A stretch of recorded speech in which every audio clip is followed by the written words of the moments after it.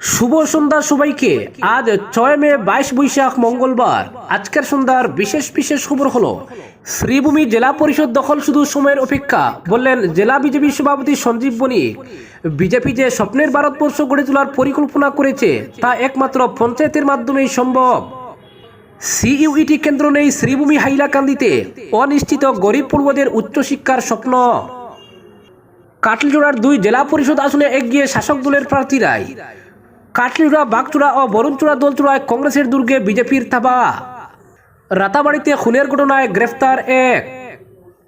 26-এ বিজেপিতে যোগ দেবেন দেবব্রত শইকিয়া, বিস্ফোরক দাবি অখিলের। রাজ্যের মহিলাদের ভালোবাসা আস্থা রয়েছে আমার উপর, বললেন মুখ্যমন্ত্রী। হিমন্ত বিশ্বর মন্তব্যের প্রতিবাদে গুয়াহাটির রাজপথে নেমে এলো নারী সমাজ। এবং সর্বশেষ খবর কি হলো মাধ্যমিকে শূন্য ফলাফল, কাতারের 16টি স্কুলকে সকজ। এবারে শুনুন বিস্তারিত খবর। বিজেপি যে স্বপ্নের ভারতবর্ষ গড়ে তোলার পরিকল্পনা করেছে তা একমাত্র পঞ্চায়েতের মাধ্যমেই সম্ভব, এমনই অভিমত ব্যক্ত করলেন দলের শ্রীভূমি জেলা সভাপতি সঞ্জীব বণিক। তিনি বলেন, প্রধানমন্ত্রী নরেন্দ্র মোদী গ্রামীণ জনগণের স্বার্থে বিভিন্ন পদক্ষেপ নিয়েছেন যা কৃষকদের আরও স্বাবলম্বী করে তুলতে সহায়তা করবে, আর এতে পঞ্চায়েত ব্যবস্থাকে আরও শক্তিশালী ও অর্থবহ করে তুলবে। বলেন, প্রধানমন্ত্রীর অনেক সাহসী পদক্ষেপের জন্য আজ গ্রামীণ জনগণ দুহাত ভরে বিজেপি প্রার্থীদের ভোট দিয়েছে। সংবাদ মাধ্যমের সঙ্গে আলাপচারিতায় সভাপতি সঞ্জীব বণিক জানান, ভারতীয় জনতা পার্টি এবার পঞ্চায়েত নির্বাচনে জাতি ধর্ম নির্বিশেষে সমাজের সব শ্রেণীর জনগণের আশীর্বাদ পেয়েছে। বলেন, কংগ্রেসের মতো বিজেপিতে কোনোদিনই প্রার্থী কেন্দ্রিক সংঘাত হয়নি। কেন্দ্র ও রাজ্যে দলের সরকার রয়েছে, তাই উন্নয়নের লক্ষ্যে এবার দুর্নীতিমুক্ত পঞ্চায়েত গঠনের পক্ষে জনগণ নিজ নিজ ভোটাধিকার প্রয়োগ করে বিজেপি ও মিত্রজোটের প্রার্থীদের ভোট দিয়েছে। তাই বিজেপি এবার পঞ্চায়েত ভোটে প্রতিদ্বন্দ্বিতা করা সবকটি আসনে জয়লাভ করে পঞ্চায়েতের মাধ্যমে জনগণের হাতে অধিক থেকে অধিকতর ক্ষমতা তুলে দিতে বদ্ধপরিকর। এক প্রশ্নের উত্তরে তিনি বলেন, ভোট দখল কিংবা ভোট বয়কট গণতন্ত্রের পরিপন্থী। কোনো কোনো ক্ষেত্রে মতবিরোধ থাকতে পারে, কিন্তু তা রক্তক্ষয়ী সংঘর্ষ নিয়ে যাওয়া এক বিরাট অপরাধ। কিছু কিছু জায়গায় দেখা যায় ব্যালট বাক্সে জল ঢেলে দেওয়া বা পুকুরে ফেলে দেওয়া হয়েছে। এসব অনভিপ্রেত ঘটনা বিন্দুমাত্র সমর্থনযোগ্য নয়। আর বিজেপি গণতন্ত্রের পরিপন্থী কোনো কাজকে সমর্থন করে না। দেশের দল এখন সবচেয়ে বেশি শক্তিশালী। বর্তমানে দলের সদস্য সংখ্যা বৃদ্ধি পাচ্ছে, তাতে কোনো সন্দেহ নেই। তাই দলের সব নেতাকর্মীর আশা আকাঙ্ক্ষা অনেক থাকে, তাতে তো সবার ইচ্ছে মেটানো সম্ভবপর নয়। এতে হয়তো কিছুটা অসন্তোষ থাকতে পারে, তাতে কিন্তু দলের কোনো ক্ষতি হবে না। তিনি বলেন, লক্ষণীয় বিষয় হলো গ্রামীণ ভোটারদের মধ্যে ভোটদানে যে ব্যাপক সাড়া দেখা গেল তা কিন্তু গণতন্ত্রের শুভ লক্ষণ। তিনি আরো বলেন, এবারের পঞ্চায়েত নির্বাচন কিন্তু ব্যতিক্রমী। এই নির্বাচনের আগে সরকার পঞ্চায়েত আইনে গুরুত্বপূর্ণ কিছু সংশোধন করেছে, যার ফলে পঞ্চায়েতের সদস্যরা কোনো রাজনৈতিক দলের প্রতীক চিহ্ন ছাড়া স্বতন্ত্রভাবে নির্বাচনে প্রতিদ্বন্দ্বিতা করেছেন। আর সবচেয়ে গুরুত্বপূর্ণ বিষয় হলো প্রতিটি গ্রাম পঞ্চায়েতের অধীনে 10টি করে ওয়ার্ড রয়েছে, আর এই 10টি ওয়ার্ডের নির্বাচিত 10 জন সদস্যরাই তাদের মধ্য থেকে একজনকে সভাপতি হিসেবে নির্বাচিত করবেন। এর ফলে পঞ্চায়েত ব্যবস্থা আরো শক্তিশালী হবে।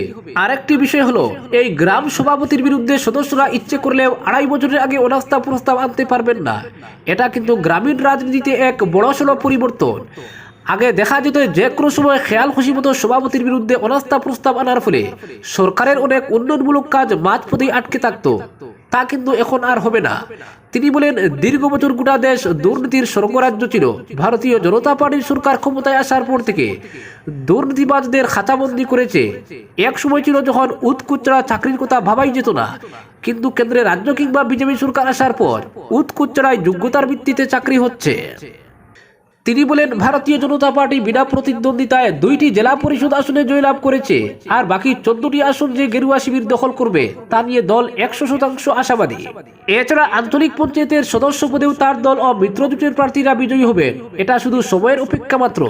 তিনি বলেন, ডিলিমিটেশনের পর প্রথমবারের মতো পঞ্চায়েত নির্বাচন হয়েছে, তাই কিছু ভুল ভ্রান্তি থাকতে পারে, তবুও অন্যবারের তুলনায় দল ভালো প্রদর্শন করবে, এ নিয়ে সন্দেহ নেই। পরবর্তী খবরটি হলো, সিইউইটি কেন্দ্র নেই শ্রীভূমি হাইলাকান্দিতে, অনিশ্চিত গরিব পড়ুয়াদের উচ্চশিক্ষার স্বপ্ন। সিইউইটি কেন্দ্র না থাকায় শ্রীভূমি জেলার শিক্ষার্থীরা চরম দুর্ভোগের মুখে পড়েছেন। জেলার কোথাও পরীক্ষা কেন্দ্র না থাকায় শিক্ষার্থীদের শিলচর যেতে বাধ্য করা হয়েছে, যা ভৌগোলিকভাবে জটিল। অর্থনৈতিকভাবে কষ্টকর এবং নিরাপত্তার দিক থেকেও ঝুঁকিপূর্ণ। ফলে এই অঞ্চলের দরিদ্র পরিবারের শিক্ষার্থীদের উচ্চশিক্ষার স্বপ্ন এক গভীর সংকটে পড়েছে। বরাক উপত্যকার শ্রীভূমি জেলা, যার ভৌগোলিক বৈশিষ্ট্য কুশিয়ারা, লঙ্গাই ও সিংলা নদী এবং হাতাচড়া দুহালিয়া পাহাড় দ্বারা ঘেরা, প্রাকৃতিকভাবেই এক প্রকার বিচ্ছিন্ন। জেলার বদরপুর, পাতারকান্দি, রামকৃষ্ণনগর এলাকা শিলচর থেকে 50 থেকে 60 কিলোমিটার দূরে অবস্থিত। জাতীয় সড়ক বরাবর বদরপুর থেকে 5 গ্রাম পর্যন্ত প্রতিদিনই দীর্ঘ ট্রাফিক জ্যামে মানুষ নাকাল। গেমন ব্রিজের দুর্বল অবস্থা এবং সীমিত ওজন বহন ক্ষমতা পরিস্থিতিকে আরো কঠিন করে তুলছে। পাবলিক পরিবহনের উপর নির্ভর করাও ঝুঁকিপূর্ণ, কারণ জাম ও বাসের অপ্রতুলতা প্রায়শই সময় মতো পৌঁছানো অনিশ্চিত করে তোলে। এই কারণে বহু অভিভাবক বাধ্য হয়ে প্রাইভেট গাড়ি ভাড়া নিচ্ছে, যার খরচ একটি দরিদ্র পরিবারের পক্ষে বহন করা অত্যন্ত কষ্টসাধ্য। জেলার প্রায় 80% পরিবার দারিদ্র সীমার নিচে বসবাস করে। তাদের পক্ষে একদিনের পরীক্ষার জন্য এই খরচ জোগাড় করা যেন এক প্রকার অসম্ভব। এই পরিস্থিতিতে করিমগঞ্জের অনেক শিক্ষার্থীরা মানসিকভাবে ভেঙে পড়েছে। বদরপুরের বাসিন্দা দ্বাদশ শ্রেণীর ছাত্রী সুপ্রিয়া দাস বলেন, আমি কলেজে ভর্তি হতে চাই, কিন্তু শিলচর যাওয়ার খরচ আর রিস্ক দেখে মনে হচ্ছে স্বপ্নটা স্বপ্নই রয়ে যাবে। অভিভাবক রতন দাস খুব প্রকাশ করে বলেন, মেয়ের জন্য গাড়ি ভাড়া করতে গেলে আমার অর্ধেক মাসের উপার্জন চলে যাবে। পাবলিক বাসে পাঠাতে ভয় লাগে, একবার জামে পড়লে পরীক্ষা মিস হয়ে যাবে।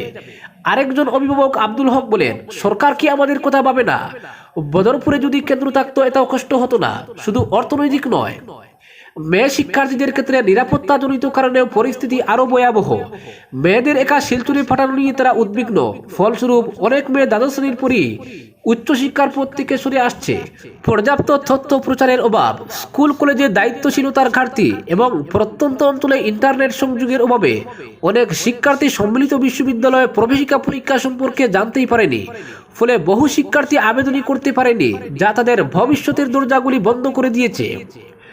সম্মিলিত বিশ্ববিদ্যালয়ে প্রবেশিকা পরীক্ষা হলো দেশের কেন্দ্রীয়, রাজ্য, বেসরকারি ও ডিমড বিশ্ববিদ্যালয়গুলিতে স্নাতক স্তরে ভর্তির প্রধান প্রবেশিকা পরীক্ষা।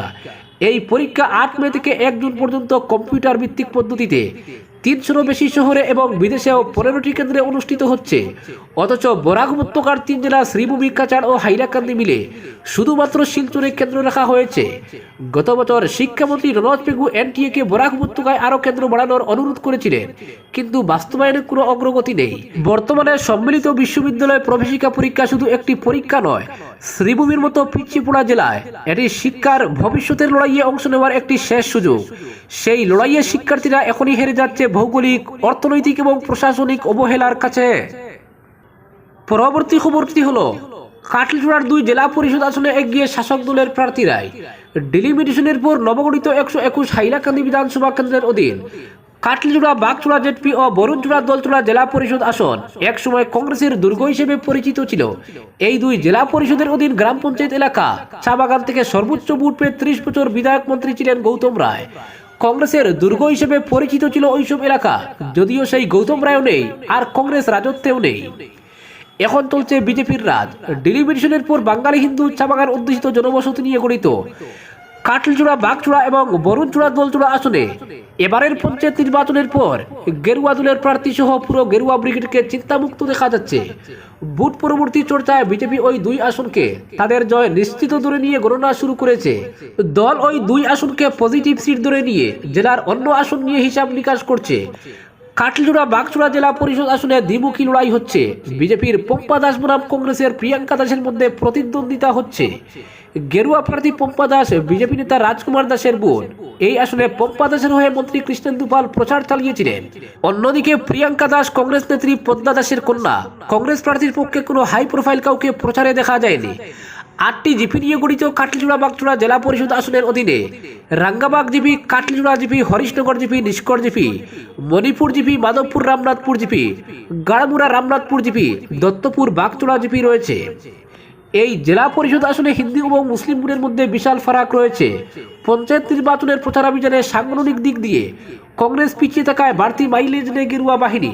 অন্যদিকে হাইলাকান্দি জেলার কাটাখাল নদীর পূর্ব তীরবর্তী বৃহৎ বনগ্রাম পাহাড়ি এলাকা নিয়ে গঠিত বরুণচুড়া দলচুড়া জেলা পরিষদ আসনে বিজেপি প্রার্থীর সঙ্গে কংগ্রেস প্রার্থীর প্রতিদ্বন্দ্বিতা হচ্ছে। দলচুড়া বরুণচুড়া জেলা পরিষদ আসনে গেরুয়া দলের প্রার্থী বিপ্লব অবস্থি এবং তার বিপরীতে কংগ্রেস দলের প্রার্থী সুব্রত দাসের মধ্যে প্রতিদ্বন্দ্বিতা হচ্ছে।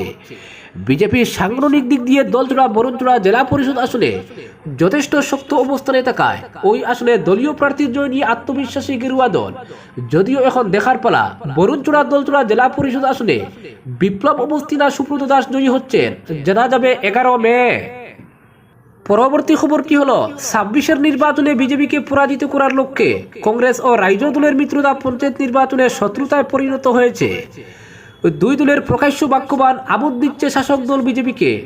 রাইজোর দলের সঙ্গে মিত্রতা না হওয়ায় শিবসাগর জেলায় পঞ্চায়েত নির্বাচনে কংগ্রেসের আশানুরূপ ফল না হওয়ার সম্ভাবনা রয়েছে, কারণ বিজেপি বিরোধী ভোটে বিভাজন হয়েছে। বিধায়ক অখিল গগৈ পঞ্চায়েত নির্বাচনে বিজেপির বি টিম হয়ে কাজ করছেন, এই অভিযোগ বিরোধী দলনেতা দেবব্রত শইকিয়ার। এদিকে বিরোধী দলনেতার এই মন্তব্যের তাৎক্ষণিক প্রতিক্রিয়া ব্যক্ত করেছেন বিধায়ক অখিল গগৈও। বরপেটায় নির্বাচনী প্রচারের মধ্যে অখিল বলেন, বিরোধী দলনেতা বিধানসভায় নিজে কখনো সরকার বিরোধী মন্তব্য করেন না, দলের বিধায়কদের সরকার বিরোধী কথা বলার সুযোগ দেন না। তিনি বিজেপির বি টিম নয় এ টিম হয়ে খেলছেন। অখিলের আরও দাবি, তিনি জানতে পেরেছেন বিরোধী দলনেতা 2026 সালের জানুয়ারি মাসে নাকি বিজেপিতে যোগ দেবেন। অখিল গগৈ নিম্ন আসামের সংখ্যালঘু এলাকায় কংগ্রেসের দুর্গে আঘাত করে বলেন, সংখ্যালঘু জনগণ আর কংগ্রেসে বিশ্বাস করতে পারছেন না, তাই কংগ্রেস ছেড়ে রাইজোর দলকে গ্রহণ করছেন। তার দাবি, রাইজোর দল 26-এর নির্বাচনে সরকার গড়ার দিকে এগিয়ে। প্রদেশ কংগ্রেস সভাপতি ভূপেন মোরা তাকে আজমলের সঙ্গে তুলনা করায় ক্ষুব্ধ অখিলের দাবি। ভূপেন মোরাও বিজেপিতে যাবেন। তিনি বলেন, কংগ্রেস অহংকার ত্যাগ করতে পারেনি, কংগ্রেস নিজেদের এখনো জমিদার মনে করে আর অন্য দলকে নিজেদের রায়ত ভাবে। অখিলের এই মন্তব্যের পর প্রদেশ কংগ্রেস সভাপতি ভূপেন মোরা বলেন, রাজনীতি ছেড়ে অখিলের এখন জ্যোতিষ হওয়া উচিত, কংগ্রেসেরও জ্যোতিষের প্রয়োজন। তিনি বলেন, অখিল গগৈ ভুল ট্রেনে উঠেছেন, তাই সেই ট্রেন থেকে নেমে ফিরে আসার আহ্বান জানান ভূপেন মোরা। পরবর্তী খবরটি হলো, রাতাবাড়িতে খুনের ঘটনায় গ্রেফতার এক। সাম্প্রতিককালে পারিবারিক বিবাদের জেরে প্রাণহানির মর্মান্তিক ঘটনার সাক্ষী থাকল শ্রীভূমি জেলার রাতাবাড়ি। সোনাপুর গ্রামে বড় ভাই অরূপ নমশূদ্র এর নৃশংস হত্যাকাণ্ডে অভিযুক্ত তারই ছোট ভাই অনুপ নমশূদ্র। পুলিশ সূত্রে জানা গেছে, সোমবার রাতে অভিযুক্তকে গ্রেফতার করে রাতাবাড়ি থানায় আনা হয়েছে এবং জিজ্ঞাসাবাদ শেষে ভারতীয় ন্যায় সংহিতার 103(1) ধারায় মামলা রুজু করে আদালতে তোলা হয়েছে। মামলা নং 81/2025। পরিবারের অভ্যন্তরীণ সূত্রে উঠে এসেছে চাঞ্চল্যকর তথ্য। জানা গেছে, অরূপ নমশূদ্র কিছুদিন আগে তার ছোট ভাই অনুপের কাছ থেকে 3000 টাকা ধার নিয়েছিলেন। টাকা ফেরত দিতে বিলম্ব হয় দুই ভাইয়ের মধ্যে ক্রমশ দ্বন্দ্ব দানা বাঁধে। অভিযোগ, সেই ক্ষোভেরই প্রেক্ষিতেই ঘটে এই ঘটনা। ঘটনার দিন সকালেই উত্তেজনা চরমে পৌঁছায়। প্রতিবেশীদের দাবি, টাকা ফেরতের দাবি তুলে অনুপ প্রকাশ্যে তার বৌদিকে হুমকি দিয়ে বলেন, তোমাকে আজ বিধবা করে দেব। সেই হুমকির ঘণ্টা খানেকের মধ্যেই ঘটে ভয়ঙ্কর কাণ্ড। অভিযোগ, রাগের বশে অনুপ একটি লাঠি হাতে নিয়ে তার দাদার মাথায় সজোরে আঘাত করেন। গুরুতর চোটে অনুপ ঘটনাস্থলেই অচেতন হয়ে পড়েন। পরিবারের সদস্যরা সঙ্গে সঙ্গে তাকে স্থানীয় স্বাস্থ্য কেন্দ্রে নিয়ে যান। অবস্থার অবনতি হলে দ্রুত হাইলাকান্দি এসকে রায় সিভিল হাসপাতালে স্থানান্তর করা হয়, কিন্তু শেষ রক্ষা হয়নি। হাসপাতালে ভর্তির কিছুক্ষণের মধ্যে মৃত্যু হয় অরূপ নমশূদ্রের। পরবর্তী খবরটি হলো, মাধ্যমিকে শূন্য, কাছাড়ের 16টি স্কুলকে শকজ। এবার মাধ্যমিকের ফল কাছাড় জেলায় অনেকটাই খারাপ হয়েছে, এ নিয়ে রীতিমতো আলোচনা চলছে বিভিন্ন মহলে। কাছাড়ের বেশ কিছু স্বীকৃত বেঞ্চার স্কুল, অস্বীকৃত বেঞ্চার স্কুল, বেসরকারি স্কুলের ফলাফল মাধ্যমিকে শূন্য। মাধ্যমিক পরীক্ষায় বসা এমন 16টি স্কুলের একটি পড়ুয়া পাস করতে পারেনি।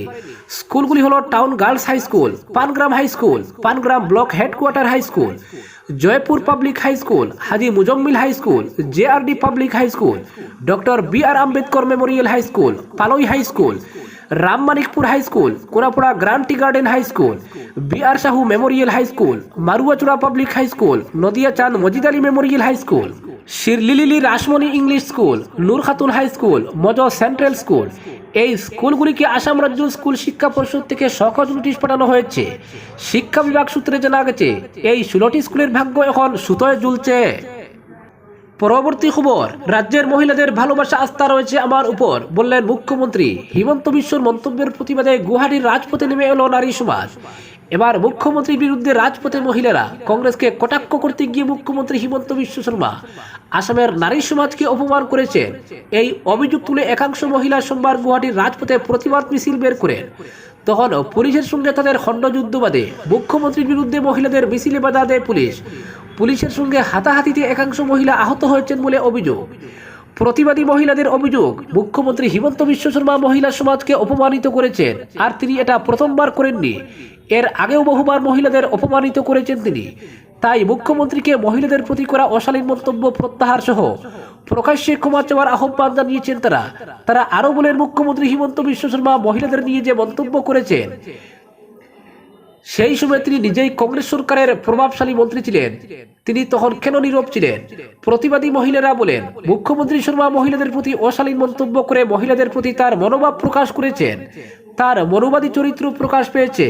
তারা আরো বলেন, মহিলাদের অর্থ দিয়ে হিতাধিকারী সাজিয়ে অপমান করে এসেছেন তিনি, মহিলাদের ভোট আদায়ের সামগ্রীতে পরিণত করেছেন, মহিলাদের আত্মসম্মান নিয়ে নিজের পায়ে দাঁড়ানোর কোনো ব্যবস্থা করতে পারেননি।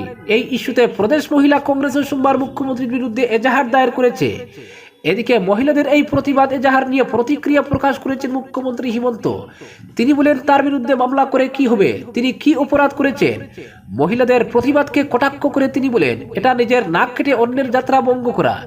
যে মহিলারা তার বিরুদ্ধে মামলা করেছেন তিনি তাদের বিরুদ্ধে একাধিক মামলার হুমকি দেন। তার দাবি, রাজ্যের মহিলারা তাকে কতটা ভালোবান সেটা সকলেই জানান। রাজ্যের মহিলাদের ভালোবাসা আস্থা তার উপর রয়েছে বলেও মন্তব্য করেন মুখ্যমন্ত্রী। আজকের বিশেষ সংবাদ এখানেই সমাপ্ত।